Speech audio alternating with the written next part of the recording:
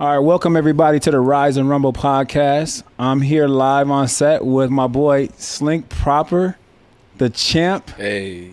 Welcome in, man. How you doing, man? What's going on? Good, man. Hey, I'm happy to have you here, but we cannot start without introducing our co-host. True story. Welcome, everybody. Welcome, Slink. It's good to see you, bro. I think we met once before, but this is a good time for me and you to get to know each other because I heard y'all have some history. Yes. Oh, yeah, for sure. Cool. And before we get to that, though, let's go ahead and introduce Michael Williams, our director extraordinaire. Michael Williams in the building. Give a big shout out to the Element Gym, to St. Paul Y, WCA, right? Yes, sir, always. But, all right, we finally here. I know, like I said, there's 4 people here trying to get our schedules together, but we're finally here. I'm excited. So, you got a big guy, so, yeah. I'm just wondering, you know what? I know we had a couple things planned, Dalton, but let's just go. Slink, where do you want to start? Where do you want to start? Shit, where can I start? Where do I start? Where do I Slink's start? ready to lay it out there. Fact. So, as you guys know, I'm a professional boxer out of the Twin Cities. That had gained a lot of buzz based off fighting Nico Ali Walsh, based off fighting Muhammad Ali's grandson. And with that publicity came, new characters, new things that I've never seen. You know what I mean? Yeah. It was very interesting. It's been an interesting journey, and the journey, to be honest with you, it's opened my eyes to a lot of things, but it put me on the right path. It put me on the path of not I would say independence. I would say just being able to trust what I'm doing is the right path. A lot of things you can think you're on the right path, and then you follow somebody else's path, and then boom, you follow this is not the right path. So you might as well, if you're gonna do something, at the end of the day, do what you think you're gonna do. That way, if you're wrong, it's all on you. You get what I'm saying? Accountability. If you follow somebody, you follow somebody else, and then you're wrong. Like, damn, I followed somebody else's thing, and then it was wrong. You know what I mean? And I gave it my full all. But you probably wanna follow your dreams and goals, because and if you're wrong, who's it on? Mm-hmm. That's a good one. I mean, I think that's a really good place to start, because that's essentially kind of what we started this podcast for, right? It's about talking about boxing, talking about the things that we love, but also the things that we're achieving in our lives or striving for to be able to live our best lives. And at the end of the day, that comes down to who? You, right? Yourself. Mm-hmm. Like you're talking about that self-talk, right? Absolutely, man. And also staying in the fight, man. And I've known Slink for many, many years, and I've seen his journey. I've seen you put the work in. I've seen you be dedicated and disciplined, man. And I'm excited for what's to come. Like, boxing is temporary, you know what I mean? And for you, I've seen your journey from early amateur to professional, being your first, second fight, to now, having 7, 8 fights now, hang on, where am I? Where does this guy even know? 9-2. 9-2. We had 9-2. I can't keep up. I did my research. My bad. He was in Miami. I was in the fight. Miami. He was there. Oh, man. God. 11, right? Total fights. But still, who cares, right? Because it's temporary, right? What's next, man? What's next? So you constantly, I always see you're grinding. Mm-hmm. What's next for Slink? You've been tearing it up. Always being in the gym, staying consistent, training your clients. A lot of people don't see that behind the closed door. And one of the most important roles I see that you play is father, man. And I love to spend some time speaking on that, because we're gonna keep talking boxing, man. But I want you to share what even Hector and some of the folks who don't know about being a father, man. Let's talk. Let's talk fatherhood. Mm-hmm. I know he's gonna go there, man. Come on, man. Rise and Rumble is where we're hard-hitting questions. I see. That wasn't even a question. He just talked about father. Oh, you gonna go there? Yeah, I got you. Yeah, because it's man. sensitive. It's a sensitive area for me, because my son is all I got, and I do all this for him. I turned pro for my son. I got out of the street for my son. I did everything for him. So when I think about him, and when I think about I don't know why this guy even brought that stuff up. Come on, man. It's purpose, and that's a part of the why. You know what I mean? Like, we all have a why. You know what I mean? And I know my role, and you know how I get down. Like, I'm grinding. I'm constantly doing stuff, and like, my why is because of my kids. Like I got a legacy. I got all fact, 5 boys watching me, and I will not stop for nothing. Oh, yeah, and fact. because it's on them, you know what I mean? So I have to bring that up. Yep. Of course, it's it's a sensitive subject, but as men, I think we need to have more of these conversations and remind ourselves of why we're doing stuff, because we get caught in it so much. And you're like, damn, so many things have changed. Yeah. But I stayed true to myself, and I stayed true to why I'm doing this in the first place. Yeah. And family is number one. Yeah, You know what I yeah. mean? So it just adds context, I think, to your journey of where you've been, where you're at, and where you're going. Yeah, man. And I will say, like, ever since I met you, bro, it's like you've always been a great role model of fatherhood for me. You know what I mean? Because I'm just like, yo, okay, he around my, let me see how he doing it. And I just watch him on, and I see, like, damn, that's a good guy. You know, that's So a good father. I had to fight for my son. Yeah. I had to fight for my son. I've been in a constant custody battle for 5 years. My son's 8. So I've been in custody battle for longer than I haven't been through his whole life. You know what I mean? Like, I drive 45 minutes just to get him Tuesdays and Thursdays, and drive back 45 minutes just to see him, because I get him from 5 to 8 Tuesdays and Thursdays. So most of our time is spent on the commute, on the drive to get him. Then I get him every other weekend. Damn, I feel that. So then I'm curious. You got kids? I got one. That's all I need right now. So I'm curious. So you talked earlier about being on a path that you set for yourself, right? And you're doing this primarily for your son, right? So son, right? Did I get that right? Sorry, for your son. So I'm That's curious. Yanu. Shout out to Yanu. I know. Yanu. So Yanu. so I'm curious. Before that, what path were you on? If that's not too much of a sensitive topic, like what path were you on before you started on this path? It's okay. You can say anything you want about me. I'll talk about Yanu, man, because I die over Yanu. But my path was just money. I just wanted money, and I think when you want money, you find out how to get it, and you find out how to get it faster. I mean, it's just, you want to live, you want to survive at a higher level. You actually have what's so ironic, what's so funny about this whole thing, and how we all connect in a way. You know what I mean?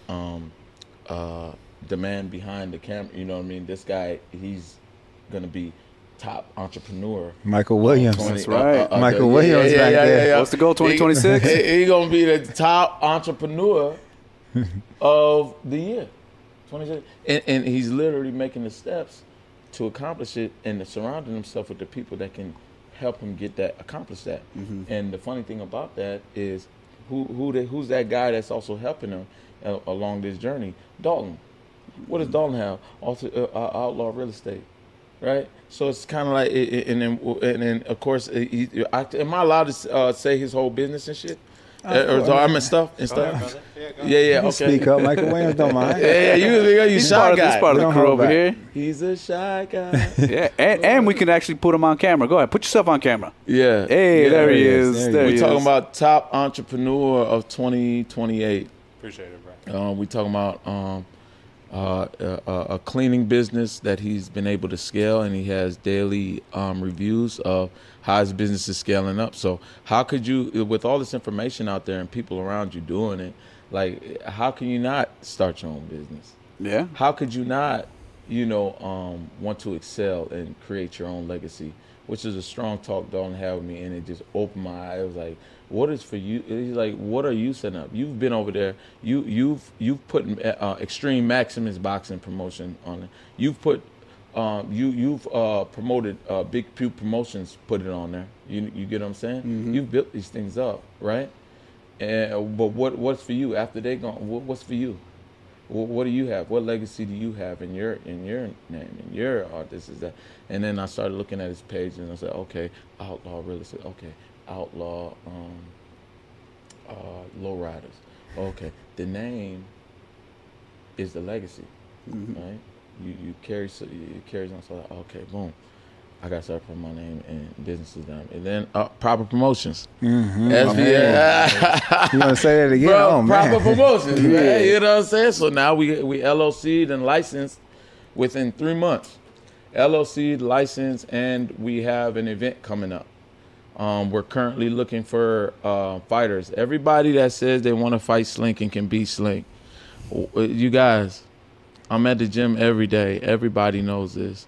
I'm at the gym. I'm in the element. You guys got to come over here. Come to element. You got the camera right there. You want to let them know? All boxers of Minnesota. All the boxers, except the ones that I have respect for. Jamal James, Caleb Turex, these guys that I've already sparred that already know me. Everybody that already, no. Matter of fact, because there's some amateurs that I sparred that I actually have love for as well. But everybody that spar me, they know me. I'm in the gym. I'm here all the time. I'm always ready to work, always. So all of you guys, Grizzly, Dalton had a friend back in the days that he used to train. Dalton takes a lot of these hooligans off the street and turns them into productive members of society. But he brought this guy, and I was trying to help the guy too. Oh, face, Dalton. Oh, yeah, join us, yeah. Come Big Q Promotions, because back then we were really pitching Big Q Promotions. Everything I got was Big Q Promotions. I still have clothes on from Big Q Promotions to this day, because I really believed in the hey, man, we do all of our jobs as a unit, and if you carry your position, you're a cog in the wheel, and then, you're going to succeed because everybody's playing the role they're supposed to play. You know what I mean? My role was the fighter. All I had to do was stay in it. All I had to do was stay in the gym, what I already loved doing, what I already did. But, other things got dropped on different ends of the, some people weren't playing their parts. If I fight one time in a year, and I make a living off boxing, come on, dog. I don't care if that fight's $20,000. It's $20,000 you split over the year. $25,000 you split over the year. Nah, bro. And I'm a hustler. You know what I'm saying? So if I came from a situation where everything was about fat money, and making, I wouldn't even say it's never the money itself. It's the experiences that the money creates. You know what I mean? Like having that feeling of, okay, after my fight, after getting all these bands, like, yo, got a lawyer, get my son. The experience of my son seeing me the next day, I paid him that night. That night he came to the fight. We was at this is a Mid-America title. No, was that the where Yana was at? And I was like, yeah, was that it? Okay, Mid-America title, bro. That night, don't. But I was paid under. Should I say that? You were paid. I don't know, but yeah, I was paid. Yeah. Hey, tell my lawyer to get my son. Boom. 9 racks. That must have been a good feeling. What? When I see my son that day, you know what the judge told my son's mom? He said, "You have no good reason to be keeping your son away from his father. You have no good reason to do that. I want Keanu delivered to Sona Akali. That's my real name. Sona Akali, 9 a.m. tomorrow morning, right at Element Gym." And I looked at her. I was like, could you say that again? I need to get this right. That? It's in paper though now, right? Yeah, it's in writing. All right, that's what matters. It's in paper. So I was like, could you say that again? Yes, tomorrow morning, 9 a.m. And I just looked at like, and I'm happy as hell. And then I'm walking out the corner and I see her mad and angry. Like, why are you mad that my son's seeing me? It's just weird things like that. But money can't buy that experience of seeing, like, you've been trying to keep my son away from me. Now they forcing you to bring him to me right away. This is that. Money can't buy that face. Money can't buy that face. Money can buy a lot of things, but not that. It can't buy that face. When I was walking out the thing, and I looked at it and I seen like a face that I never seen before. I'm like, you that mad at this? Wow. I couldn't have paid to see the expression of your face. And my son seeing me, you mad. It's crazy. Yeah, seeing my son toxic, the next day, my son see me, hug me and cry. That's dope. That's a good feeling, man. So at what point did you start playing the role of the boxer, and how? 5 years ago when Element Gym opened. Nice. So y'all have kind of like an origin story connected to each other. Yeah. I have put the mats. I helped them put the mats in the first gym. Mm-hmm. Me, Ishmael stopped talking to me after I won a Mid-America title. You know, it's weirdo. And what attracted you to boxing? Was it Fighting? Hey, you know what? Because I grew up with a lot of people. Mm-hmm. You know, I was like 15 to 18 people at the house at some time. My dad's bringing all these people from Africa. We're all in the house. I'm the youngest. Everybody's older. It's 8 people in the room, 2 bunk beds, foot to the headboard, everybody got it. So somebody pee in the bed. You got, you know what I mean? I'm talking about. You ain't getting away from that one. You ain't getting away. Two. So it's 2 people here. I was me and Adib. We were the youngest. Adib was 2 years older than me, I think. Boom. But we raised like brothers. 2 head footboard. Then 2 here, Farah Gange, they're the second oldest. Boom, they here. Omid, Farha, boom, or Omid and Jabea. But anyways, 4 to the, it was 8 people in the room, 2 to the headboard, 2 to the footboard, 2 to the headboard, 2 to the footboard. So you've been fighting your whole life then. So you know when the youngest kid, because when we get Christmas, what happens on Christmas? You get one game system, right? Mm-hmm. You get the one gaming system. Winner stays, loser goes on. That's it. You know how it goes. You got video games back in the day caused more fights than anything in the entire world. What? Oh, bro, you get on the game. In the game. Yeah, what? Jabel, he'll be over there. He'll be over there. He's beating everybody.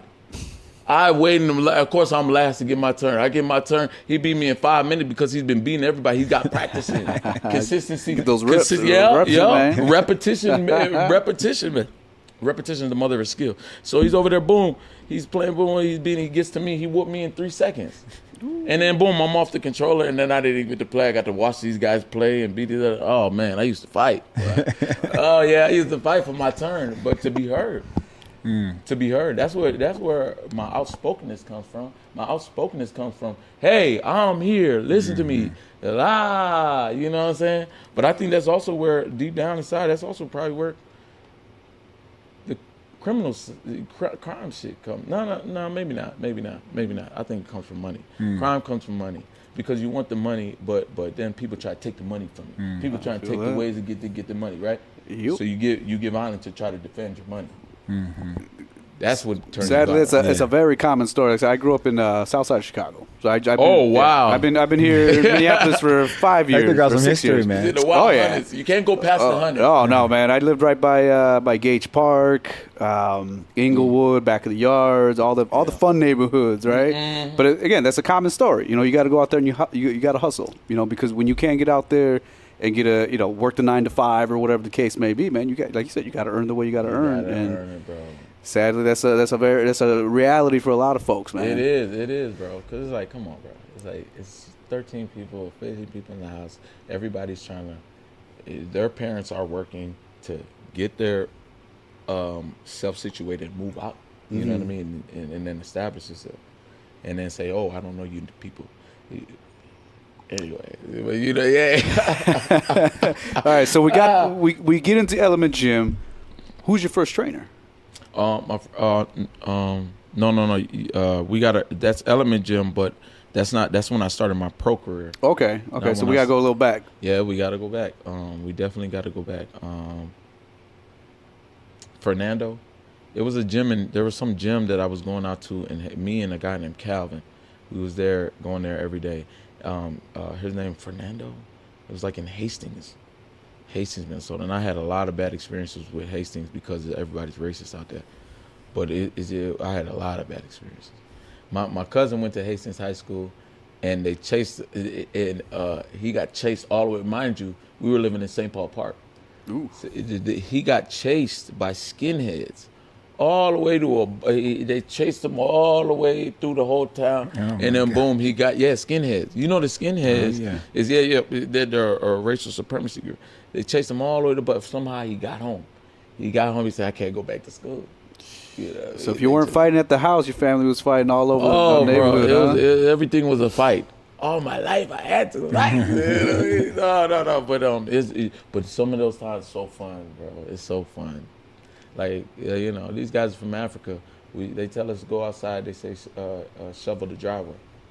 So we go outside to shovel the driveway. These guys, oh, they never seen snow. Oh, we got snow. So they go outside, they in shorts. Me and my brother, we knew better. We put all our snow pants on, everything. They all run outside. Why you guys aren't outside playing? I'm like, all right. Boom, boom.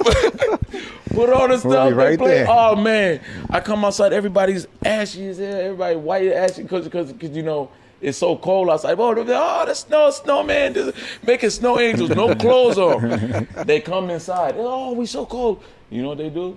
Hop into a tub of hot water. Oh, bro. Well, aren't you doing that nowadays? Hey, you guys, right? Oh, bro. Yeah, that's what? like cold Those cold plunge. plunges? Yeah, cold plunge. Maybe That's they knew sting, something though. back then that we That's didn't. sting, Oh, though. no. It's sting. You guys don't know what you do. It If is you're out sting. in the cold and you put your hands in warm water or you put your hands in something, it's going to ache. It's like a chemical reaction. It's something that happens. So they hop in the tub. I was like, you guys probably, I told them first, hey, you guys probably shouldn't go outside. Be quiet. They said, I got big eyes. So Jabez be like, clear eyes. He'd be like, forget this guy. They all just all right. Put all the stuff, came out there, played. We played. We go back inside. They hop in the hot water. You guys probably shouldn't do clear eyes. They hop up in the whoop. As soon, I'm talking about like after 10 minutes, all of a sudden they in pain. Stinging, yeah. Oh It's my like a God, sting. all of them crying. We talking about 30-year-olds, 50-year-olds, 40-year-olds crying. Oh, mommy. They like, oh, what's wrong with these kids? Oh, these kids, oh, they have demons in them or something. But they don't know. Making memories here. Yeah, bro. What? What is wrong? Oh, man. Oh, this is weekend. Oh, this is weekend. These kids screaming, and I'm like, yeah, laughing. We were just laughing. Snow ain't no joke. That It cold ain't. ain't no joke. You know Hell that. nah. So what made That's you? like- At what point did you decide though to go pro? Like, what was there a specific moment or? Yep. What was it? I was helping Ishmael Mwendo get ready for his fight. I always helped Ishmael. I helped. How I got really good is helping other pros get ready for their fights. So I would help the Caleb Turks get ready for his fight. I would help the Ishmael Mwendos get ready for their fights. So, you know, I had tough competition. I would like when you're in the ring with somebody that's better, it elevates you. Am I right? Mm-hmm. It elevates you. Like you remember when I first came and them boys was putting hands on me. Absolutely. At first, but who ended up putting hands at? Well, you got the heart of the lion, man. You know That's what I what I'm say. saying? Like this Yeah. boy can fight, and Yeah. like you can't just kick an African's ass, man. This dude's a true testament. Like Slink, I remember him just coming to the ring, just sparring with Ishmael and those guys, but this dude would throw down, like literally throw down, and like you can't teach that. You can't teach that heart. Yeah. You know what I mean? You just got fight in you, man. Yeah, just yeah. historically, Your the way you grew up. Yeah, yep.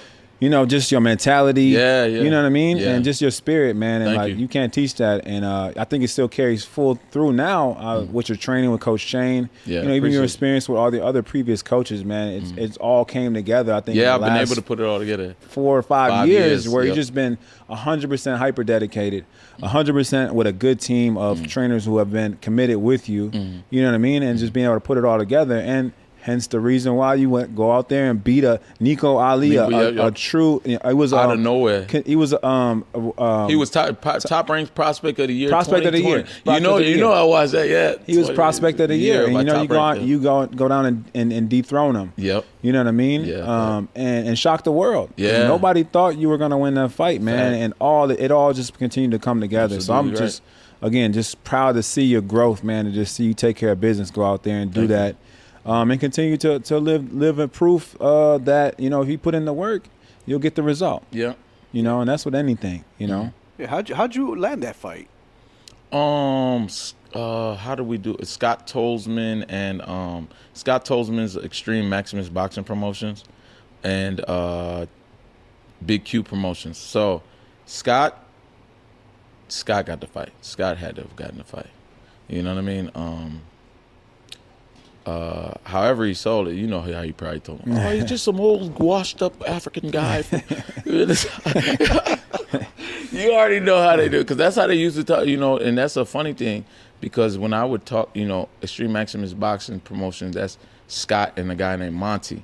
And when they're just unaware, though. They're just so unaware. Because, I would talk to them on the phone, and they'd be making African jokes. You know what I mean? They're making, like, African jokes and raising, but, I know what I mean. Oh, okay. Oh, it's funny. Oh, okay. All right, boom. I just quiet, stay in the back, stay in the background, don't say anything. Yeah, you're just the African kid, right? Yeah, I'm just the African. They put me on the page. You should see what they put on me on their Extreme Maximus Boxing on the page. They had me there at, like, an African from just an African. They did, like, on them I Need a Food Foundation commercial. Oh, no. Bro, as a joke, bro, but they don't know how and we're talking, and I'm just laughing, but they don't know. I don't think they have been around. I don't think they know I don't think they know that is racist. Mm-hmm. I don't think they know. But, so I didn't look at it like, I looked at it like, oh, okay, I'm going to show y'all. I just use it as fuel. I'm going to show y'all. All right, we'll see. Oh, where? Oh, the African. Oh, all right, cool. All right, cool. Boom, work harder. Mm. The year after that, I fought Ishmael Mwendo. I was sparring with Ishmael Mwendo. The sparring went well. I was tagging Ishmael. I was tagging the fuck out of him. Ishmael would never spar me. Ishmael would never spar me. And he won't spar me. I don't know why. I really needed the help for those fights. And that would have been dope. To have him, a decorated fighter like him, help me out. Because I helped him out on all his fights. Mm-hmm. You know what I mean? I went to Florida. When I was on Disney World, I was at his fight. I was at his weigh-ins. I was running with him in the morning to get his weight down.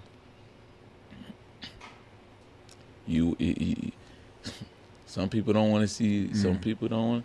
All of a sudden, I start fighting. He's with me throughout the first 4 fights. He's there with me every day. I know you remember him in the gym, helping me. Boom, boom. No, you do it like this. Boom, boom, boom. I'm a sponge. I soak the game in and apply what works for me and leave what doesn't. That's all I do. That's something Q always told me, add to the bag. You know what I'm saying? This is that. And I always was adding to the bag. Anything Dalton told me, I for sure add to the bag. He's the only person that was actually a pro. You get what I'm saying? So I got to take advice from him, you know what I mean? And I tag Ishmael up in sparring. Scott comes to me, he say, hey, what you think about fighting a pro fight? I was like, shit, I don't know if I got time. I don't know. I was in the street. I was trying to, you know what I'm saying? I was like, I don't know, bro. That's a lot of time to dedicate. They paying? Yeah, bro. Yeah. He told me, he's like, yeah, we'll pay you this and that. I do it. I do it. Boom. I end up stopping the guy at the Myth. Q's there. Dalton's there. After that, I'm already in the gym every day. I was training myself. Me and Ishmael was there. Scott would be here, and Scott would try to come when he could. He couldn't come. I was training myself. I would come in there every day. Q would be there. I would see Q, and you see, we both had the same work ethic. We there every day, we grinding. Boom. He was interested in the fight. He started showing me pointers. Dalton was showing me pointers, but Dalton was busy himself. Dalton got 8 kids. 5 for the record. No. Hey, it feel like 8 sometimes. Looking into the future here. So what was Slink? What was your reaction when you found out that you got that fight? The grandson. What is it? Ali's grandson, right? Oh, I was hyped. I was like, yep, we here. We here. And what number pro fight was that? 7. 7, all right. My 7th fight. Yeah. So we moved up fast because it was like I was always in the gym. There was 6 months. I would be training for 6 months with no fight. 6 months every day. No fight. I was like a weapon. I was like I am. I'm just waiting. I'm just waiting, bro. Like, So What Well, that's what I was always referring to on the podcast. You know, SOG always says, like, you stay ready, so you got to get ready. You're right. You know what I mean? And that, from a boxing standpoint, I think that's one of the best things has happened to your career, because you seen that takeoff. You was able to, like, launch and stay with it. Yeah. You know what I mean? And get sparring with some of the best guys, even at their peak, you know, with Jamal, where he was getting ready for his fights and stuff like that. And they pay good. Oh my God, Jamal and some of the best work that you're gonna get in the entire country. Yeah, bro. You know, with a guy like that. You know, I respect them dudes. And I don't know what happened between y'all and them dudes, but they know that I got respect for you. They know, you know, it never's brought up nothing. They always keep it cordial because they know that they know that I'm a loyal guy. They've always showed love, bro. I fuck with them hard. I wish you guys would link back COD. up. I don't have no issue with COD. None of those guys individually. I don't think there was any instance where we bumped heads or anything like that. It's all love and good. You know. Good. I'm so glad because this side of the river, they're on that side of the river. It's love when we see each other. I don't know and love why when it's not. Like, St. Paul, Minneapolis, they don't. It's clashing. I don't know why. It's because they're sharing a bunk. That's why. Yeah, that's the thing. That's the thing. Bro. I think just historically, I mean, there's always been that separation, but I mean, you know how we've always been. Element's always been inclusive. Like, hey, you know, we're gonna come support people's shows. We're gonna keep our gym open for sparring. Anything that we need to do, we're gonna show up and box and take care of business and be cordial. Like, you know, because no separation. Because you know what you do is so big. It's like it's too big. It's you know what I mean? It's like they gotta be included because they do big things as well. So if both of you guys link up, it's gonna be huge. You get what I'm saying? Like, you know, you bring you do so much, bro. You bring that, boom. They do a lot too. Boom. You bring it together, huge. Yeah, and I think that we've seen that, man, and that's what excites me about the state of amateur boxing right now. Now, I've been around amateur boxing a real long time, even when I was a little kid, you know. Back in the 90s, like, you know, there was a lot of separation. You know, there was a lot of that, you know, that like, oh, you don't go over there, you don't do that, you don't, this person's that, and all that sneak dissing type stuff. But our program is thriving. The USA boxing program here in the Twin Cities is thriving. And I say state of Minnesota, there's shows like every weekend. Like, there's a lot of gyms popping back up, man. And that's paying testament and homage to the coaches, the commitment that they have, all the gyms staying consistent with keeping their doors open. Pro fighters, including yourself, training the amateurs. Yes, we haven't even got to that. Oh, you know, you fact. just sent two kids to nationals. Two little boys that I've watched this dude train. You know, in our gym for the last 3 years. You know what I mean? These little boys look up to this guy. This guy is taking and dedicating his time to give back to the program, which is creating the ecosystem that's feeding the amateur boxing scene right now. Meanwhile, the pro side is still jacked up. The pro side has been offset in so many different ways by so many different guys coming in, trying to do something strictly for the money and not so much for the sport. You know what I mean? Or for something that's going to sustain and stick around. You know what I mean? And you've been a part of some of that side of things, and I know you're trying to shape things for what things look like in the future. But our amateur program is thriving, man. And hats off to you, Jamal, Riso, all the other Minnesota, Phil Williams, all the guys who are dedicated. Lucy Laney, of course, that's my dog, man. And Morgan, those guys, man, like, are super dedicated, like hyper dedicated. Like, their entire lives wrap around their gyms and their fighters. That's how guys and girls excel in the program. That's how we create the future generation for the right pro, you know, platform here in Minnesota. We're getting there. We're getting there, but the amateur the scene is thriving right now, man, and I love it. I love that, and it's the energy that we keep with one another. Where it's like, hey, I don't you know, have no smoke with none of these other gyms. It's all love whenever we're in the room. And if we ever have any issues, you know, they hit me up or I hit them up or whatever, you know what I mean? And they know sneak dissing on Facebook. We communicate. Let's talk about it. You know what I mean? But we are competition, and we got to keep on bringing it.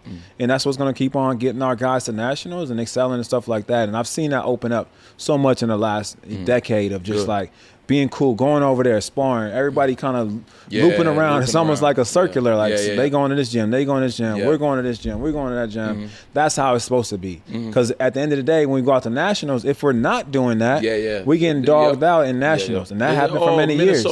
Minnesota's weak. And like, no, we got some heat. Fact. You know, we got some heat, and we done brought heat to nationals many times. You know what I mean? Throughout the years, and we'll continue to do so with the platform that's being created right now to take that move and get those guys on the national scene to make noise. You know. Well, I want to shout out two things. One is going back to what we've been talking about earlier about that ladder metaphor, right? Like when we're climbing that ladder, you know, why do people feel like they need to cut the rungs from underneath themselves, right? Bro. Instead of having to pull everybody up together. Yeah. But the other one that you touched on, because I'm a huge Bruce Lee fan. Oh, yeah. And you talked about, like, you know, absorbing what is useful and discarding what is not, right? Like making it your own. Yep. So love that. I think that just goes to show the energy and the personalities that are involved in the Element Gym. Oh, yeah. And, you know, in conjunction with the YWCA and all the beautiful things that are happening, man. Like, I love it. I love to see it from an outside perspective, like I said. But I'm learning. Yeah. You know, I've been learning about this boxing stuff. So, good stuff. And Dalton already invited me to a class, so I'm about to start getting Okay, so you we'll got to. You can't wear the suit, though. Yeah. Don't let the tie fool you. That's what he was saying soon, man. Don't let the tie fool you. I already know. But man, just to piggyback off of that, man, like I want to speak really to this and just like boxing being the hurt business, man. Like, you know that, right? It's like it's the hurt business. And you know, like, you know, folks who are dedicated, man, folks who are in the business, at some point you're gonna get hurt by the business. You're gonna get hurt by something or someone in the sport. But the number one rule in boxing is what? Side? Protect. No, I'm talking about just in general, from feelings to relationship. Yeah. Right. Which we've seen in recent. But they be snaking. They exactly. But it's available to do that. Boxing is one of the most inclusive sports. It's very accessible, so people are able to sneak in. You know what I mean? Even if they're not going to last, if their fundamentals aren't there, they can still at least show up, just like a pro fighter. You can sign up and get in there, but if your fundamentals ain't right, you ain't going to last. Fact. Same in the business side, right? In the business side, if your fundamentals ain't right in any business, and not even just thinking boxing, you're not going to last. You're not going to last. 90% of businesses that start fail. Because they don't have fundamentals. Right? And I don't think it's any different as I say that, a phrase of, you know, boxing is being the hurt business. It's no different in the boxing world, boxing business. If you don't have fundamentals, you're not going to be successful.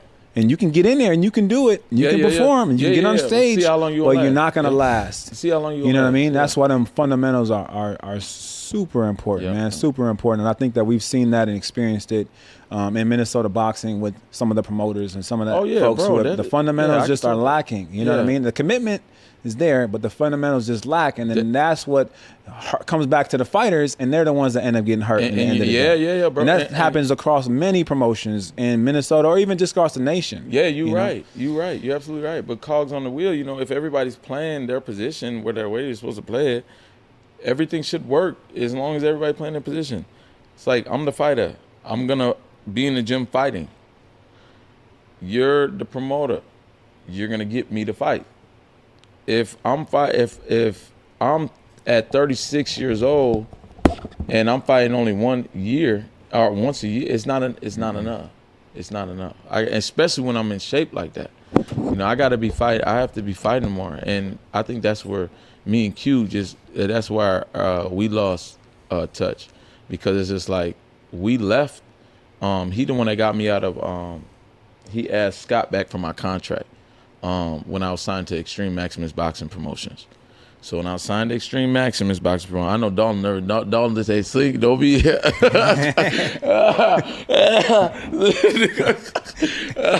be talking nobody out of the I know. But I want to be I want to talk. Transparent.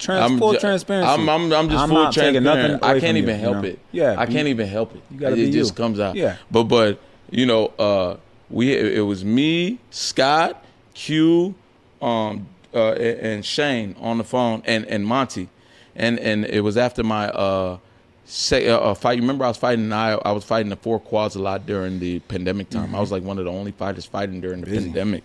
I go over there, fight over there three times. I fight Nicholas, and I'm fighting some fighters from Minnesota. I fought Nicholas Compton in Illinois. You know what I mean? Yeah. And then we get on the phone. They're like, "All right, we need fights." That's what I was saying. We were training for 6 months straight, didn't have a fight. And then Q's like, "What's going on? We ain't got no fights." Me and Q in there every day. I'm in there with Jalen Suggs. Jalen Suggs and Chet Holmgren. We're training strength and conditioning. We were doing it. This is all throughout the pandemic when you would leave the door open for us to which we appreciate because I needed to train before the fights. So Scott gets on the phone with Q, asking we all get on the phone. And he's like, "Yo, let Slink out his contract. Let him out his contract." You know what I'm saying? and then we get on another call, and because Q's like, he's like, "Yo, let that boy man on his contract, man. Let that guy do. We need this stuff back right now." Even in the text, we get on the next conversation. Scott and Monty get on the phone. They say, "You can't sell tickets, Slink." They say you can't sell tickets. You got to pay for your fighter. We can't. And Shane's like, "This guy just sold out a whole club." I was there, This guy just sold out the whole Unity Club. It was like R&B Saturdays. It was like the biggest event I've had. After paying everybody, still leaving with bands. You know what I mean? After the event, so it's like, how the heck we can't sell tickets, but we can get somebody just to come party with us? They definitely want to see us fight. When people are in the school and somebody say somebody's fighting, I don't get even the teachers looking like, fight out there. Everybody, you get what I'm saying? It's the same thing. Slink fighting, I already know, and I've been training because all they see is my posts of me training on Instagram, etc., all social media platforms. So boom, he says we can't sell tickets. You guys got to buy your fighter. They forget this, though. They forget they said all this. I never forget. I sat over there listening. "Oh, I can't sell tickets." All right. I'm in the back. I'm on the phone. Listen. Shane's like, "What are you guys talking about?" He's like, "What is this fucking guy just sold like just sold?" I was like, "Hey, say, ain't nothing to say." Q's like, man, Q's telling me, off the conversation, with my people that I know, and your people, we'll sell the shit out. Boom. Scott tells us we can't sell tickets. I said, all right, boom, let us go then. Q handled that. I don't even know if I got out the Q handled that. I started boxing with Q Promotions. First fight we have, we do numbers. Yeah, hit like a motherfucker. Yeah. And just like we thought. You already know that. Who's there? Scott. Same guy that said we can't sell tickets. He did at the fight. I said, okay. Scott said, all right, cool. You know why I had love for Scott? Scott has a baby mama. Scott's baby mama looked out, helped me, contacted me with some important people, which is actually the guy that I paid for to the attorney to get my son. Yeah. No, but she helped. Oh my God, that's why I like said, anybody help with my son, I'll probably be dead to you for life. You know what I mean? Even when you talking that type of shit on the phone, African shit on the phone, I will shut my mouth. Why? Yeah. Because there's more important things than me. Things are more important than me. Things are more important than my feelings or my bravado or my pride or my ego. Things are more important. I can look at my son and actually say that. And you talking to a guy that got a lot of, I started a whole game when I was 20. Whole game when I was 20. 35 members. People dying. People making money. But a lot of money was being made. You know what I mean? But I always had that. Hey, man, this is how it's going to go. Because I'm thinking I know the way. But when I look at my son, I don't know the way no more. It's like, I look at him, I was like, oh, no. And I was like, I'll chill. Ain't it funny how that works? Oh, man, bro. The kids will humble you, man. Bro, humble so quick. Man, so I get on the phone. It's like, hey, first fight, we boom. Scott's like, oh, this is looking pretty good. This is that. But I'm looking at Scott like, you told her we couldn't sell tickets, bro. Like, you know what I'm saying? But I can't even say nothing to you because of the respect I got for you for what you did. You know what I mean? He knows with his life. So I didn't want to, you know what I'm saying? Fight after fight. He's there every fight. And he just told me I couldn't sell tickets. Years down the line, he's there every fight. He's setting up the fights. Then all of a sudden, what we do, we get the Nico Ali Walsh fight. He's there, you know what I'm saying? And I'm like, oh, thanks, God. You know what I'm saying? But I'm thinking he's the matchmaker. So if he's the matchmaker, he's playing his role as the matchmaker, right? Q's playing his role as the promoter. I don't even, you know, but all that stuff was going on. I fight. My job is what? Who cares what's going on? Right. Fight. Get in there and Get take in care there of and business. fight. You can take care of business. That's my role. As long as my job's being done. I know these guys doing their jobs. They're grown men. They doing their jobs, right? Scott's on all the things. I don't know who I'm signed to. I get the contracts. The things say Extreme Maximus Boxing Promotion on the contracts. I'm like, big people. I don't know what's going on. I'm signing a contract. I don't know. You get what I'm saying? I'm doing my job. I trust this guy. He helped me with my son. This is it. I'm looking at you. You seeing what's going on. You're a business guy. You're there during these contracts as well. So I'm thinking, you know, everybody looking out because I'm doing my job. Everybody doing their job. It's helping out everybody. You get what I'm saying? Bro, I you know, the fights happen. We win the Nico Ali Walsh fight. I told him to put it out. I was like, hey, man, I remember telling you, I was like, yo, put the bets on me. Put all the bet, put all the money on me. It's like, because I had the largest betting odds. I had the 7 large betting odds of the whole year in 2020. You know, it was, you bet 1,000, you bet 100 on me, you win 2,000 in Vegas. You know what I mean? That's how low the betting odds were. I was the #1 trending thing that Sunday in the world. You know, so I'm like, this is going to benefit everybody. This is that. Man, we get to the second, we fight Trey Martin. Remember, I fought with the sprained ankle. What's my job? Take care of business, fight. Go out there, not make excuses, and fight. That's it, bro. We go, okay, you're going to fight again in March or something like that, right? February. I was like, oh, good. Yeah, we right away. But we had to wait for my ankle to clear. Remember, they suspended me. Minnesota Athletic Commission suspended me. So we wait, boom, boom, boom, fight doesn't happen. So I was like, oh, okay, damn, man, you know, what's going on? Okay, oh, no, because the Nico Ali Walsh rematch coming up. So don't do anything but train for that. I trained 5 months for that one fight. You know what I'm saying? And I was in, you remember, you know what I'm saying? But we would already, that was 2 months. We trained 2 months, right? But we had already been training regularly anyway, buddy. You know what I mean? Yeah. So it's like I'm already training, but we put it up to 2 times a day. You were sparring. You actually joined us and helped me. You helped me. You were like, hey, man, I'm going to help you this camp. We're going to get right. Oh, man, bro. And you know, Dalton I had to dust the gloves off, baby. Yeah. Let's go. Dust them things off. Fact. So I'm like, okay, so we're going to fight. You know, this is my fight first fight in 5 months. But I'm sharp. I'm the best I've ever been. You know what I mean? I get, you know, a lot. I get into the fight. You know, I showed him too much respect at the beginning. Boom, I get that knockdown. Boom, I thought I was whooping him the whole fight. People look at the fight and they say, oh, his arm was out. You didn't see his arm was out in the last round? I'm like, bro, yeah, I saw his arm out. You want me to beat him and then have them say that I beat him because his arm was messed up? I just don't attack a man while he's down. Anyway, it didn't matter because I still won the round. I still won that round convincingly. I run that round. I run all the round. I thought I was in the lead. And then, boom, I didn't win the fight. Okay. A trilogy is going to come, correct? They say, hey, you know, the trilogy's coming. Just prepare for the trilogy. Just wait and prepare for the trilogy. Mind you, I've only fought once. Like, I only fought once. That was last year. I fought once in 5 months. Right? The paycheck was big. Don't get me wrong. When you get the money at first, you good. Yeah, all right, cool. You know what I mean? But you know, you gotta balance. You know, you gotta know it's a big check. Okay. And then, you know, okay, get ready. You know, the trilogy's gonna be coming up soon. You know, Scott's setting it up. Everything Scott's setting up. Okay, yeah, all right.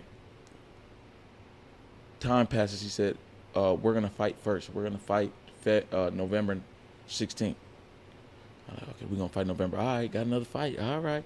Be gone to November. I'll be gone to November. You tell your girl, yo, I'll be gone to November. January, February, March, April, May. I see you crying, but girl, I cannot stay. So I literally put that song up with the boom. I was like, yeah. Because I like to fight. Yeah. I like to fight. I can't help that shit. I like it. You know, November come up. November's not happening. I brought Lawrence, you know, and Jarvis was there, and then telling these guys every day. We're in group chats. They put nobody knows. These are things that happen in the back. We're in group chats all together. Like, and I'm telling them like, yeah, don't worry, man. All of us gonna be on the card. Y'all gonna be on my undercard. This is that. We've been training months and months and months and months. These niggas, these dudes is giving up their jobs. You know what I mean? Like time with their family. You know, to do it, to come train, bro, because you know how militant this style of training was. You know, so we come in the morning, evening, boom, boom, boom, months. The fight ain't happening November 16th. We're pushing it to December 8th. So, we're pushing the fight to December 8th, just 2 weeks away. Rob leaves because Rob's like, dude, I've been training for 7 months. Rob's whole his arm was messed up. He's like, man, I've been training for 7 whole months. I stopped my job. I did everything for this. You know what I mean? Just to have this opportunity because they see what I'm doing. And these people is just like, you know, they're inspired, and I'm fueling the flame. I always fuel flames. I always try to add to your flame. I'll never try to douse your flame. So it's like, yo, are you doing that? Boom, go, let's go. Yeah, you giving up. That's the sacrifice it takes. This is that. Fight ain't happening November 16th. Rob gone. Rob like, oh, hell no, nigga. you know how hard we push. Oh, yeah. We push hard, bro. So it's grueling.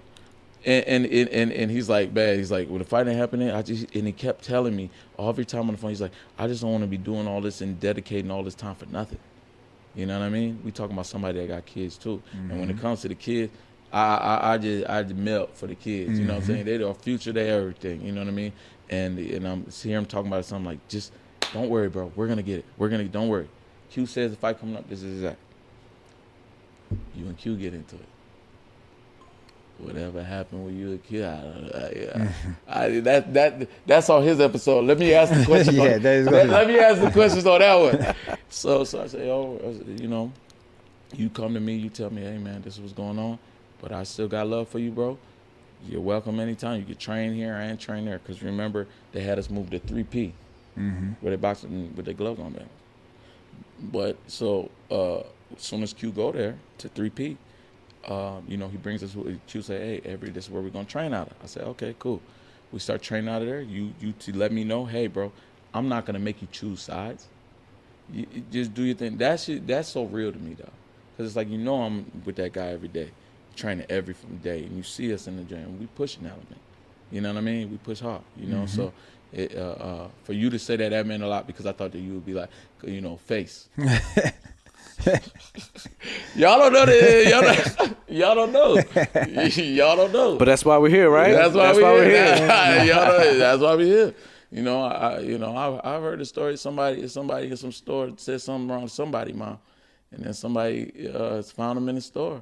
I don't know. Yeah. I don't know. We don't need to go tell all the stories. I don't know. Let's back it up. You turn it red. I don't know why face turned red.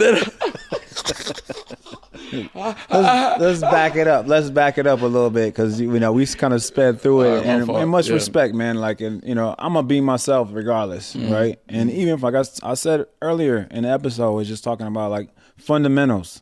Right, there's just some things just don't sit right with me.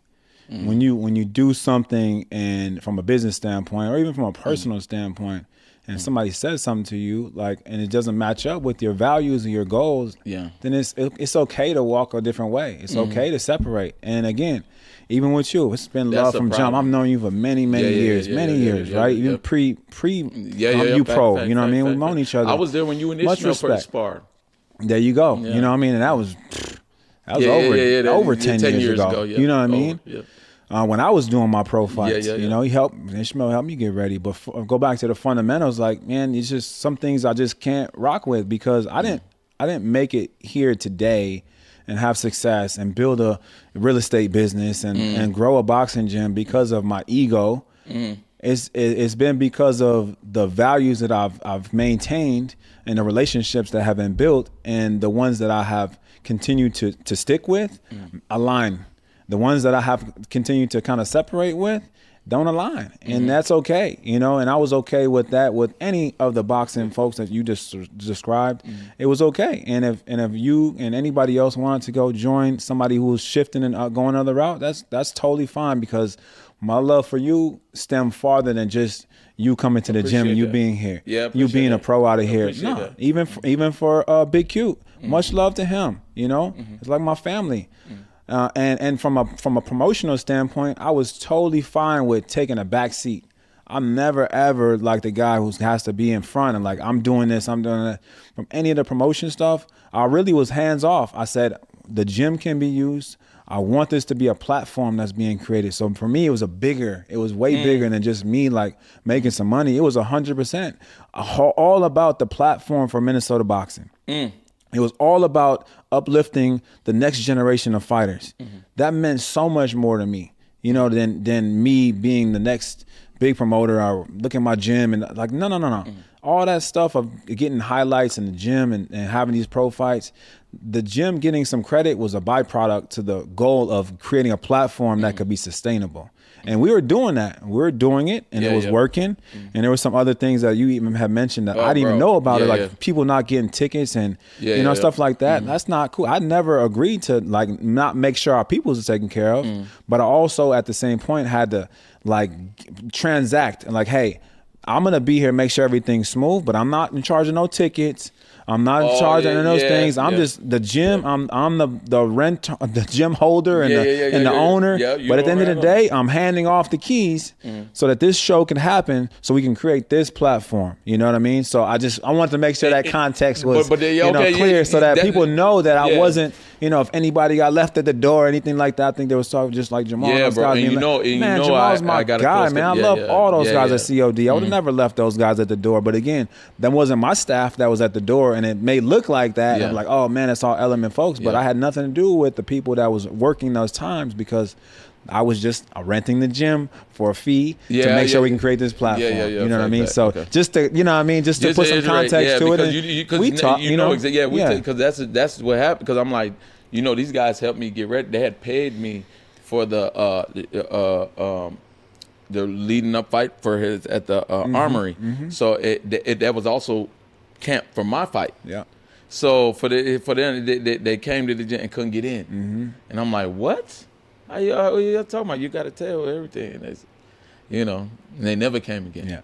They never came. But I love that. But it's all love. It's all love, and I didn't even know. I only know what I know, and I don't know what I don't know. So of course, it's all love, and apologize to any of those guys who may have been hurt by Element, and much respect to all of my boxing brothers. No smoke, you know what I mean, at all, anytime, you know what I mean. It's all love, all inclusive, and want to make sure that we continue to grow as fighters, and grow as a platform. I'm out there representing them. I'm all day long. All day long. All day long. So let's talk a little bit about what's next in the Slink Proper. That's what I was getting. That's exactly let's talk a little bit more about just even vision. You know what I mean? Like, we don't gotta have everything. Give them every little cent, but give us a little something about what you thinking. Well, that's it's so ironic that you said that, because that's what I was getting to. After that fight happened, I had another fight after the Nico Ali Walsh fight happened, and I won. I had to fight with Trey Martin.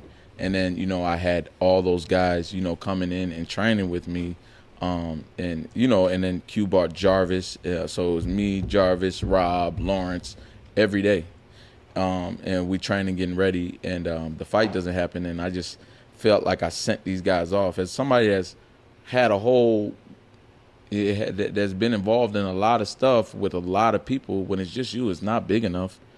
That's a gem. When it's just you, it's not big enough. But these guys, they believed in what I was saying. You know what I'm saying? But I couldn't get them to fight. You know what I'm saying? Because I'm not the promotional company until now. Until now, you get what I'm saying? So we gonna get in. But boom, he go. He's like, we gonna go to 3P and train for December 8th. So we all started training at this 3P, all of those guys. And all of a sudden, they hit me up Q hits me up. He said, "Hey, can you go fight Leo? They need you to fight Leo on this exhibition match. It's not a real fight. You guys would just be sparring and this is that." I was like, because Leo ain't even my weight class. You know what I mean? He's like, "No, it's just a sparring fight and this and that." And I mess with Leo hard. Leo, my guy. Leo, everybody know Leo Medell, my guy. So I'm like, okay, yeah, I'll fight. I'll go spar or whatever, do whatever fight. What they paying? You know, I got off the business. Yeah. I just got off the biggest fight of my career, but I've only fought one time this year, my guy. You know what I'm saying? You know, I got my son. I only do this for my son. I don't have a life. You know what I'm saying? All my life is my son. That's all it is. And so I was like, hey, you know, how much they gonna pay? This is that. They said $400. I was like, oh shit. I'm like, what? $400? You just came back from I just came from 20 bands, 20 bands, and then they come back and they say, hey, $400. And then Scott told me, I remember Scott talking to me downstairs, and he's talking about like, he's like, well, now that this fight's over, let me know if you want to get in the union and get a construction job, you know. And this is, I'm looking at him like, what are you talking about, bro? What are you talking about? I lost a fight, and you know, okay, cool. I'm not even signed to you, but I'm gonna respect you because why? Yano. I just always show them respect. There's so many times I wanted to talk, but I just didn't do it. I just can't do it because you did a lot. You know what I mean? You've done a lot. There's this thing. There's even times I might something that might hurt, but you know, this is Dalton. This is FaZe. This guy has done a lot. You know what I mean? You can't forget what people have done for you. You can't, bro. Because you know, even when I came for this interview, 4 different times. Even when I came for this interview 4 different times, nobody was there, but you know, hey, you know, Eric be looking, hey, you know, it's Dalton, man, you his face, you know, it's cute. One more, hey, this is that. So I left everything alone, and then all of a sudden, you know, he's telling me all this, like, oh, you going? I'm like, dude, do I look like Ishmael? Like I'm not. I was making money before that. What are y'all talking about? I try to get legit for my son. What are y'all talking about? We're talking about $4,000 a day. All right, don't talk to me like I'm like you. Oh man, man, that's it. Like, bro, I'm like, bro, like I know you was a CEO. I know you was a CEO, and man, little does he know, some of the kids that he was even being CEO to, were kids that used to sell for me. It's like, bro, I know you, bro. Like you know, like. Don't minuscule me like that. You're just one of these guys. Or this, you know what I'm saying? Like I'm not who you think. Yeah. You get what I'm saying? I'm really not. So, but I play dumb. You play dumb because, you know, and I just saw some, you know, narcissistic ways. I'm like, bro, you told me I couldn't sell tickets, and now you guys want me to go fight for Leo and sell tickets for $400. Yeah. You know what I'm saying? So I'm like, oh, okay. I call Leo. I love Leo. I'm like, Leo, you help me get ready for all of my fights for free. We spar every fucking week. Me and Leo have done 380 billion rounds. I love that guy. So I know him. When you fight somebody, you know him in a different way. So I hit Leo up. Leo said, hey, man, he's like, you don't got to take the fight if you don't want to, bro. I'm just kind of embarrassed. I just want this shit over with. It's humble and modest, and the type of person he is. That's how he is, and that's what made me do it. That's what made me. He's like, man, you don't even got to do it if you want to. This is that. That's gonna change your mind. I don't care how cold-hearted he is. Like, fuck you, do your shit, do that, man. I ain't doing this. I called him as soon as he started talking about like how he felt like this would be the 3rd fight that would have been canceled under Extreme Maximus Boxing Promotion. It would have been the 3rd fight that had been canceled for him. So he was just like, hey, you know, I would have to pay back all these fans, and they did a big promotional thing for this. You know, I saw his flyer all in the Maplewood Mall and shit for the fight, and so I'm like, you know what, Leo, you've always been there for me, bro. Let's do it. Let's get it. But throw them shoes in. You got to throw. He had some rare Jordans. We follow each other on Snap. He has you got to throw them shoes in, though, bro. Yeah, throw them J's in, though. Throw them J's in. Throw the J's in. We got a deal. But look at this. What people don't know, all background stuff. I wasn't at first. I hit up because they told me they want me to sell tickets. They let me know Sunday, or Saturday that I was fighting, right, on that Thursday. So I had 5 days to get ready for this exhibition match that Leo had. They've been pushing, you know, and Leo my guy, so I'm gonna do it, right. I talked to Leo. I'm like, hey, if all the tickets that I sell from now till Thursday, because everybody's looking for me to fight. Everybody, I don't even go on Instagram no more. When you fight, fight this guy, fight me. You a bitch ass nigga. I just can't even just go on it no more. I just like, it's just too much. So Leo, so I was like, okay, Leo, yeah, I'll do it. I'll throw those shoes in as well. Q hits me up, but I don't tell Scott yet that I'm doing it yet. So Q hits me up. He's like, hey man, you gotta do this fight, man, because Scott got the rematch. He got the rubber band match. You got to do it. If you want that rematch and you want this shit to be locked in, I got to. So now I'm like, damn, bro, it's been like 4 years since I've been on the Maximus boxing promotion. I'll be on like, I got to do this. Right. I got to do this. Yeah, bro, if you want that trilogy, that's to lock down the big thing. I'm trying to, you know what I mean? I wanted to, which is so funny, Mike, I wish Mike was there, because that fight, I'm supposed to, we was planning to do something on the real estate side, which is so funny while I was in that food truck talking about it. I was like, I was really doing it, you know what I mean? So I was like, this trilogy, I get it, boom, I'm going to put it towards that shit, you know what I mean? But I was like, okay, because I don't want to go back to the streets. As much as everybody say like, oh, you can go back to, like, I'm a good guy. I'm literally a good guy, but I gotta make money. You know what I'm saying? I got to, because it's not the money itself, but it's the experiences it creates. You know, and as an African, you can only be a lawyer, doctor, or your son from the family, like, unless you're successful. Yeah. You know, oh, Sonny, why you go? Why are you boxing? They flog you. You're going to go get flogged. And this, as soon as you're on TV, oh, son. Yeah. Oh, I knew you could do it. I knew. I always knew. I knew this boy was someone. I knew this boy was someone. Oh, you know my son. You know my son fought Muhammad Ali's grandson. You know he beat Muhammad Ali's grandson. All but they never even knew I boxed before. You get what I'm saying? So I get that aspect of it. But you know. When I'm sorry, I be very, I got so much, you know, but I be getting sidetracked. But yeah, so he's talking to me like, I'm like, damn. I'm like, okay. You know, I just listen to Scott, got respect. That's it. It's just the respect that has my mouth shut. It's the respect that has me not say something back. You know what I'm saying? But I'm a witty guy. You know what I mean? But it's the respect. You know, and that's a lot. That means a lot to me. And then so the Scott or Q hits me up. He said, "Hey, you know, you got to do this fight to get that trilogy. I'm just trying to lock in this trilogy for you, and you got to." I was like, "But why? Like, why I got to? Like, is it got to do Scott? Is it school jump through Scott? hoops? Yeah, it's like, know? damn. It's It's like that's his job. If he's the matchmaker, that's his job. Like why I got to jump through this? Why I got to do other? And what's to say if when I jump through he didn't even do that? You know what I'm saying? So I'm like, okay." He's like, how much you need, man? You looked out for me like that. I was like, bro, I need some bands. You already know that. Yeah. Come on, bro. I'm paying lawyers. Most of my money goes to lawyers. That's all it goes to. For my past. For past that happened 20 years ago. I pay lawyers. Lawyers. One of my lawyers got disbarred for misappropriating clients' funds. My funds. And I didn't even get the money back.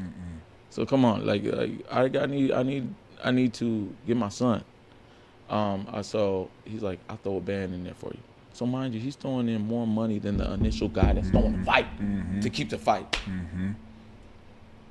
Isn't that something? I'm like, damn. You like, all right, cool. Shit, I'll get it to you tomorrow. Boom. Show did. Q got me the band right there. Boom. $400. So it's like $400. I didn't tell Scott that. So I say, Scott, hey, Scott. I talked to Leo. I say, Leo, it's Sunday. The fight's in 4 days. You guys been pushing the fight for 2 months. How about you just give me all the ticket sales of can I just keep my ticket sales from Sunday to Thursday? I know you already know. Leo said, yeah, I don't got no problem with that. Go ahead, do that. Yeah, for sure, man. Yeah, you deserve it. Yeah, we've been pushing this fight 2 months. Right. We got tons of tickets already. You know what I mean? Like Scott, what am I gonna do from Sunday to Thursday? how many ticket sales can I get from Sunday to Thursday? Really? You know what I'm saying? Like, you want a half of $500, $800, you want half of that? We're talking about little money. This is pebbles to you. We're talking to a guy that signed a $3.5 million deal, bro. Right. Like, you know what I'm saying? Like I don't. It's like for the whole company to be arguing. I'm like, you. So from Sunday to Thursday, you won't give me the ticket sales from Sunday to Thursday. Leo says yes. I tell Scott, hey, man, you know, Leo said I could get the ticket sales from Sunday to Thursday. You know what I mean? I can get this. So that's. I'm just gonna keep the ticket sales from Sunday to Thursday, and the fight's on it. Scott said no. We already. I said what? No. All right. Ain't no tickets gonna be sold in for me. If that's the case, I got respect for you, but it's gonna be 50%. He said you can sell tickets and you can get 50% of the ticket sales. And I was like, oh, okay, then, and then you get the other 50%. Cause you know I'm buzzing right now, and you want to make it. All right, then I guess there'll be 50% of nothing. Let's do it like that then. If I can't get it, I'm Mr. Can't Sell Tickets, but you asking me to save a show. If Leo doesn't fight in this show, the show's over. You guys have been promoting everywhere for 2 months. The show's over. Mr. Can't Sell Tickets comes to you. Call Mr. Can't Sell Tickets. Monty called me. Call Mr. Can't Sell Tickets. All right, yeah, it's time. Yeah, like I say, I'll be quiet. Yeah. It'll come. Monty calls me. I'm sorry, it's just long-winded. But Monty called me. He say, hey, Slink, you going to pick up your tickets? I'm like, no, I like Monty, what's going on, man? He's like, yo, I like Monty. I was like, because, you know, he's a funny guy. I say, oh, Monty. I was like, no, Monty, I need you to personally bring me those tickets. I need you to personally walk me. Please help us sell. I need you. That's what I meant. You know what I mean? I don't even think he caught it. But, you know, we joke around a lot. You know what I'm saying? If they say in the racist joke, why can't I talk like that? Yeah. That's how I'm looking at it. You know? And Monty said, oh, the tickets are, you can pick them up from Scott anytime. Scott hadn't even called me. Scott never called me. I didn't talk to Scott since after the Nico Ali Walsh fight. So you already know. Like, what? I talked to him one time downstairs, and he told me that I should become. He said a profession that I know nothing about. Yeah, he wants you to get into construction. Yeah, he wanted me to get into construction. He said, "Hey, you know, this is what you should do." He said, "I'm not Ishmael, man. Yeah. I'm not Ishmael. I'm not these guys, bro. I know Ishmael crossed you, bro, but I'm not trying to cross nobody. You know what I'm saying? I'm the type of guy. I leave everything. I give you my loyalty first, and then once you cross the loyalty, then I take it away. Mm-hmm. That way, it doesn't take me a long time to figure out who you are, and then when I figure out who you are, oh, you've earned my loyalty, and then boom, they cross it anyways after 5 years. No, give it to them right away. Give them the loyalty right away. When they cross it, then you take it. Mm-hmm. That's it. Boom. I say, oh, okay. I say, so I can't get the ticket sales, half of the ticket sales. I just said, no, okay, it'll be 50% of nothing then, I guess. I'm not telling ticket. Not one thing came out on the post or nothing until after the fight. Mm-hmm. The only reason I did that, it was because you don't respect me, dog. Mm-hmm. You just don't respect me. You get what I'm saying? Mm-hmm. At the end of the day, you don't give a fuck about me, dog. Mm-hmm. You want me to, I could give you probably a job or something. Yeah. Oh, word, damn. Like, okay, shit, that's amazing. Like, that made you a lot of money, you know? Yeah. Like, bro, like, we was on TV, like, just a couple months ago. We was just on TV.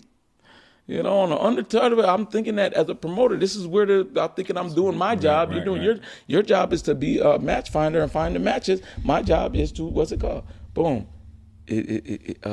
Bro, you know, I the fight, next thing you know, I go fight Leo at the exhibition match. I get the 400 from Scott. I already got the band from Q, you know, and after that, I don't hear anything from anybody. You know, Scott hits me up. He's like, hey, is there something wrong? Is there anything wrong? I'm like, what's wrong? Only time somebody says something's wrong because they know they did it. You know that shit. Everybody know that shit. Come on, bro. Tiptoeing. Yeah, bro. Tiptoeing. He said, and then at the fight, he comes and he said, hey, he's like, I heard through the grapevines, you're upset about some things. I didn't tell anybody anything. I haven't said a word. Why are you saying all these things? You're saying all these things because you know you're doing me dirty. You know what I mean? Shit, after the fight, boom, got the money, boom. They say, Q tell me, there's word on the trilogy. I'm training. I hear nothing. Scott stopped coming. Mind you, Lawrence and them that I was mentioning earlier, they're still coming to the gym to train. They thinking that the fight's still going on. Fight's not even happening. They don't know. Nobody tells them. I go to the gym. They didn't even training all day. Well, where y'all at? Where's everybody at the gym? Hey, you know what I'm saying? I had to tell them that. Now I'm the one breaking it to them. Nope, not Big Q Promotion didn't break it to them. Nobody broke it to them. So I had to break it to them as the person that's been talking to them and telling them and giving them that, and trying to encourage them to keep going. I talked to Lawrence. I said, hey, bro, ain't no fight happening. The fights aren't happening. I haven't seen Lawrence since. I haven't seen Lawrence since. I had that man training. I was encouraging that man to train. And he's even picking up my son sometime. And we're talking about months and months and months. And this is a guy with 4 daughters, newborns. He couldn't fight. Boom. Yeah. I never heard nothing about the trilogy. I get a call from ESPN. Somebody from ESPN calls me. They said, you haven't? They said, hey, this thing. I was like, yeah. I was like, they asked me a question like, has anybody contacted you? And I'm like, what do you mean contacted me? I haven't even talked to you guys. I don't even know who this is. I hit up Scott. I said, hey, Scott, did you give ESPN or Top Rank or somebody my number or somebody like that? He said, no. Just pure no. All right, cool. That's the last I heard that's the last I heard about any of that. But I know that because every post that this man posts to say, oh, that guy's Sona Hollywood. I'm tagged every day. Every day. And I left it like that. Guess what happens next? Proper Promotions. SP said, you know what? Outside that, I had to talk with Dalton. Dalton's like, you know what, bro? It's time for you to probably do your own thing. You know what I'm saying? I was like, yeah, let me just do my own thing. You've pushed Maximus Promotions. You've pushed Big Q Promotions. How about you push something for yourself now? Third time's the charm. Made Proper Promotions, LLC. I'm scheduled. Not only that, you guys, I'm scheduled to fight. We trying to find an opponent. Anybody out there in Minnesota looking for a fight, a big fight, just let me know. We got sponsors, everything. You know what I mean? So, the fight will be at the Maplewood Mall. At the Maplewood Mall. I will be probably the first fighter. I'll probably be the first fighter professional boxer to fight in the mall. And that's huge. That's huge. So if you an opponent out there and you're looking for a big fight, March 28th, and you're looking like in 2 months, March 28th, I'm open, man. I'm open. You know what I mean? I'll let you keep all your ticket sales. That's a fact. So yeah, just you guys hit me up. Let me know. Under Proper Promotions, of course, Element's gonna be up on there.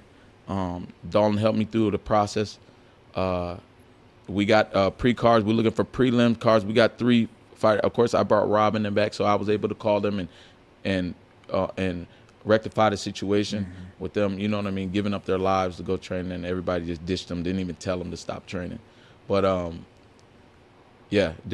So you guys hit me up. Proper Promotions. Y'all know me. Y'all know me out there. All the boxers know me. You guys hit me up. All this amateurs looking to turn pro, especially. Your first fight ain't gonna pay a lot. It ain't gonna pay you millions at first. You're not Adrian. You're not Floyd right now. All right. Boy, you looking for that fight? You looking for that debut? You gotta hit me up. Proper Promotions LLC. Hit me up in the neck ASAP. March 28th. Yeah. Can I just to interject real quick? Can I just say, either you need to lean into the character or make a shirt out of Mr. Can't Sell Tickets. Oh, yeah. That needs to be on a shirt somewhere, man. Mr. Can't Sell a Ticket. Fighting at the Maplewood Mall. Mr. Can't Sell a Ticket. Well, it's dope you say that, though, because actually I work for a independent wrestling company, and we're actually doing a show March 15th at the Maplewood Mall, too. Get the hell out. It's going to be fun. Gonna be a lot you already have experience setting up AV and all that kind of stuff too. Huh? If you ever need a live production crew, man, I got you. That's what we do. That's what we do. You ain't what you charge? It depends what your budget is. You see? You see? We get Hector. Man. I'll tell you this much. I'm sure it'll probably pay a lot more than the wrestling does. I'll give you that. It pay me peanuts, but it's all about love, though. All about love and getting out there and doing your thing, man. So.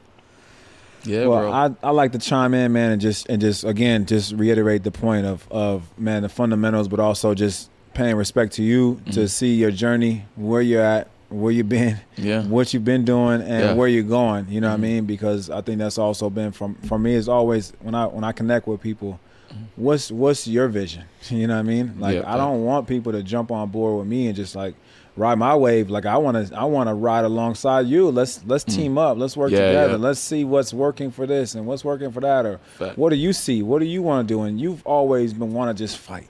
Yeah, I just want to, bro. But in your experience of fighting, you have now created the platform. You've created a platform for these amateurs to get an opportunity fighting under you. Yes. And now not no bullshit. And not no but then also now it's like the next step for you is what I'm seeing is like you're like leaning into the promotional side of things. And as I even talked to you months ago, as we talked about stuff, is like, man, you are here in boxing. You ain't no construction guy. Are you serious? You know, you ain't no construction guy. That's not what you want. That's not what God has called for you. You know what I mean? And you being dedicated to the sport means something. After you're done boxing, there's still plenty of boxing for you with the kids, with folks that you train.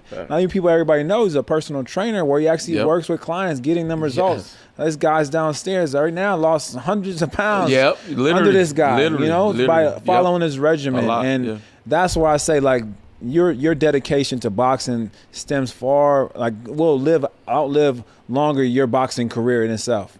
When you're done, you can keep going. You can keep going promotions. You can keep training people. Exactly. You can retire through this sport, man. But your respect for the sport, your discipline, your dedication, the work ethic is now transcending into other parts of the business, which is needed, right? In the promotions. It's needed in, you helping support the next generation. It's needed. Yeah. And as long as you continue to do what you've been doing with your career and dedicate yourself and continue to be disciplined, the sky's the limit. Yeah. I expect your promotional company to stick around here, and I'm backing anything that you're doing because it's all love. Y'all heard same with any of my other people that's around. That if I'm rocking with you, I'm rocking with you. Yeah. You know what I mean? And that's just a testament to myself, but also a testament to our relationship. And I want to see you be successful. Thank you. All of our coaches, all of our fighters, all of our members. I want to continue to see everybody else grow, man. And that's what's so special about Element, man. Like, it's not just about Dalton face. I hear you. You know me. It's not about that, man. It's about uplifting each other. And at the end of the day, I'm going to continue to do that, whether I'm working with this person, that person, what have you. As long as we doing our thing and collectively growing, I'm happy. I'm happy, man. So I'm so proud to see that you're taking this step.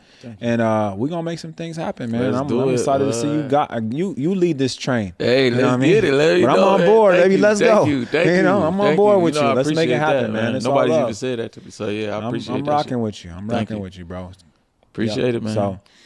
So, man, Hector, man, you got anything over there you cooking up? Any questions before we wrap this up? Not a whole lot. I think I got a lot more than I expected, so that's dope. he walked off during the interview. I like, what That's true, man. I was like, man, this energy out here, it's too much, man. I can't handle that right now. I'm just coming out of my workout here. I'm still recovering. I just want to give a big thank to Slink for coming out. Dalton, always a pleasure having a conversation with you all. I feel like a big shout out to the YWCA, of course, Element Gym, Michael Williams, who was here a little earlier. I mean, it's just a beautiful space to come in here.